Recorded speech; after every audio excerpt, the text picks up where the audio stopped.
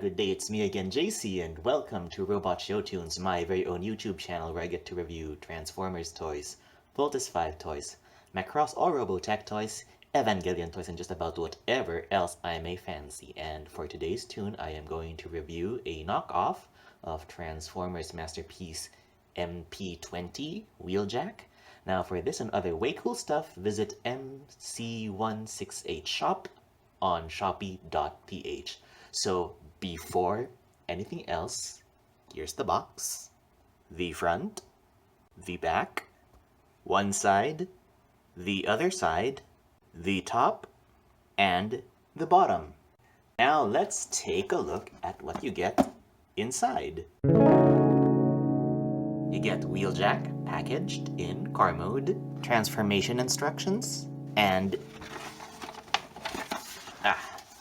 tech specs, a collector's card, 2 pairs of side view mirrors, 1 pair as a spare in case of loss or breakage. You also get the Hypno Chip Disruptor from that one episode, his laser gun, which can be stored here in alt mode. You get his shoulder cannon and 1 magnetic inducer shell, which you can plug into this spring-loaded slot, and you can tilt it up until there. It's a loose connection actually, so yeah. But yes, it can be tilted. That's all for accessories. Now let's move on to size comparisons in alt mode. Here's Transformers MP20 Wheeljack with MP12 Lambor / Sideswipe, with MP18 Streak / Blue Streak, with MP21 Bumble / Bumblebee, with MP25 Trax, with MP30 Ratchet, with MP39 Sunstreaker, with MP10 Optimus Prime. For kicks, here's Wheeljack with his sister from another franchise, Applejack. So with size comparisons in alt mode done, let's move on to transformation. When I transform Wheeljack, I like to remove the side mirrors first. They're kind of loose, and I find that when I manipulate the figure, I tend to knock them off their slots or sockets. With those out of the way, what we do first is we grab the front of the car, extend it forward, and then up, and then we loosen the tabs here. I use a spudger. It's kind of tight. And there. Once that's loose, also untab here. Oops. And here. Once all that's untabbed, what you can do, or what you should do, is bring the entire leg section forward, like this. And there is a tab here, goes into that slot there. And then you extend each leg. Yep, extend each leg. Then from there, you want to flip the feet up. Then you grab these parts and then you fold them all the way to the other side. And there's a tab here.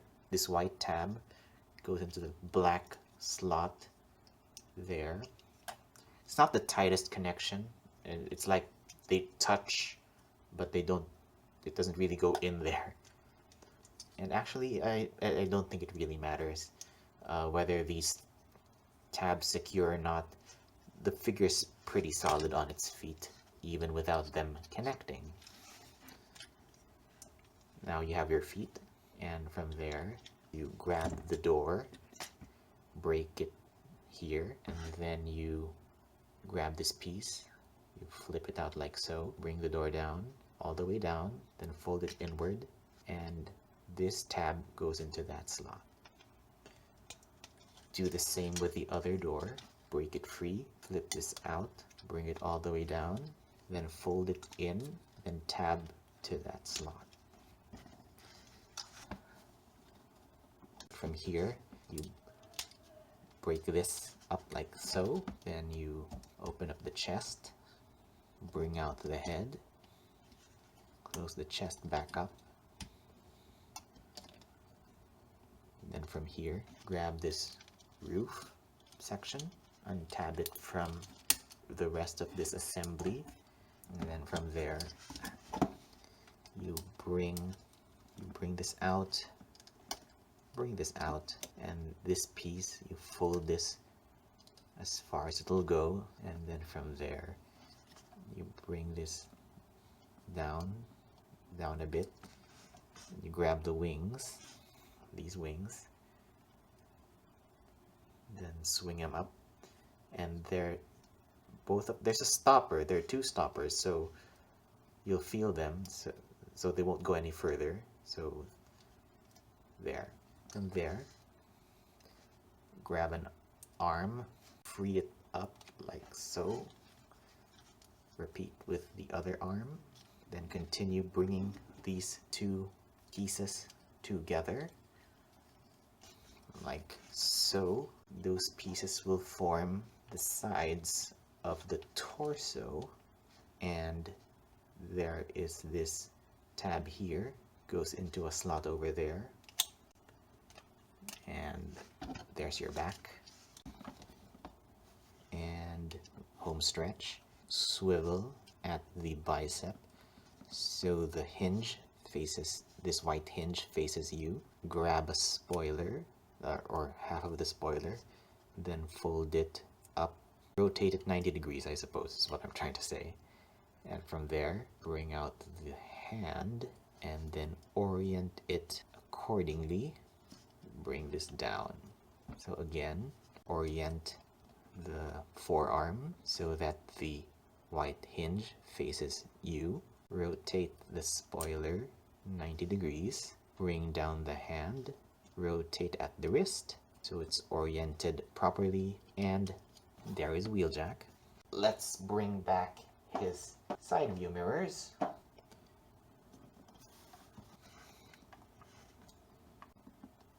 And his shoulder cannon. Alright, let's get him to hold his accessories as well. Let's have him hold his laser gun.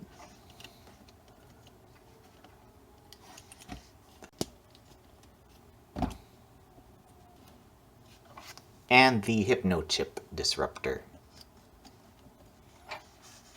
which looks like a very trendy man purse. There again is Wheeljack in his robot mode. And with transformation done, let us move on to,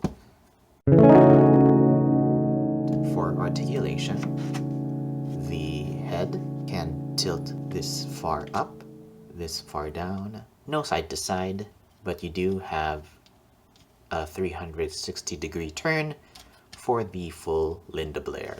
The cannon can point straight forward and can tilt that far up. The arms extend up to there and can swing round at the shoulder 360 degrees. The arm can also rotate 360 degrees at the bicep swivel, and you can bend the arm at the single hinge elbows up to 90 degrees. Wrist swivels give you 360 degrees, and the wrists are also on hinges for transformation, so that gives you a little extra articulation. Some in and out. Turn the hand left to right. The waist swivel gives you 360 degrees. The legs can kick this far forward, this far back, and this far. As you can see, these pieces are loose. One of the cons of this figure. Let me just bring that back in. Okay, Back to your regular scheduled programming. Thigh swivels give you 360 degrees. Single hinge knees give you 90 degrees. Feet can rock this far in, but nowhere out, but they can point that far down. And that is all for articulation. Now let's move on to size comparisons in robot mode. Again, here's MP20 Wheeljack with the rest of the gang so far. And with Applejack, let's move on to final thoughts. Now in the cons column, they're mostly minor quibbles. I find that I need a spudger to untab the leg pieces when transforming to robot mode, and the foot tabs don't easily or really tab in. I'm talking about those white tabs that go into the black slots in the feet. While I don't think tabbing them in would really contribute to the solidity of the figure, I think it's solid enough without them working. It's just that I'm easily annoyed when things don't work as they should, if you catch my drift. These torso sections don't really secure anywhere, so they tend to come undone when posing the arms. And also, lastly, I wish Wheeljack's ears were of a material that suggests that they flash when he speaks, because as they are, they just look opaque and metallic. Lastly, I think I would have preferred the plus version of this toy. The color scheme is just a tad too busy. All the greens, all the reds, all of this white, and especially compared with the other masterpieces who have so far been predominantly just one or two colors.